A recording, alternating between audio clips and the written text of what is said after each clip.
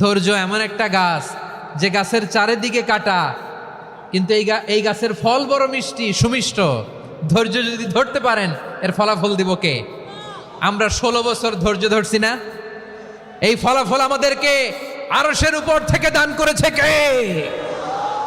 বিপদ আসবে, জুলুম আসবে, একটু ধৈর্য ধারণ করবেন, ফলাফল পেয়ে যাবেন। ঠিক কিনা বলেন? এজন্য আল্লাহ বলেন সাবিরিনা সাবিরাতি, ধৈর্যশীল বান্দা বান্দীদেরকে আমি বড্ড পছন্দ করি।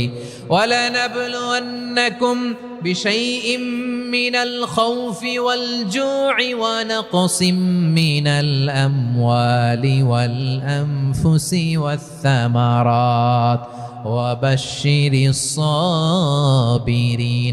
আল্লাহ বলে এই জমিনে আমি ভয় দিয়ে, ক্ষুধা দিয়ে, জানমালের হানি দিয়ে, সম্পদ হানি দিয়ে তোমাদেরকে পরীক্ষা করব। এই পরীক্ষায় সফল হবে তারা ধৈর্য ধারণ করেছে যারা। ইন্নাল্লাহা মা'আস সাবিরিন, ধৈর্য ধারণকারীদের সাথে আল্লাহ আছে।